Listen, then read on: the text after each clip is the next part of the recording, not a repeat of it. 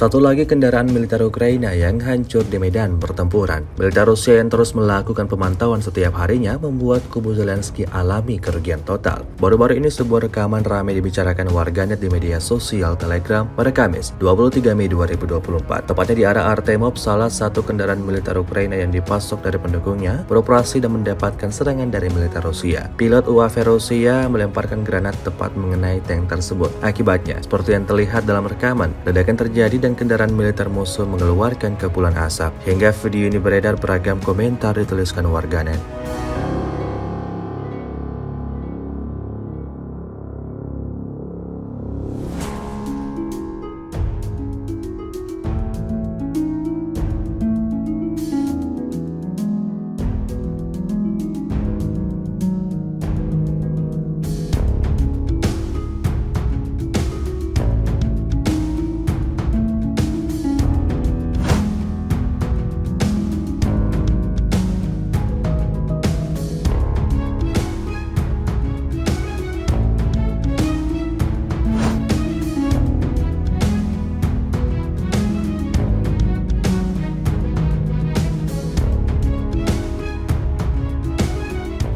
Download Tribun X sekarang, menghadirkan lokal menjadi Indonesia.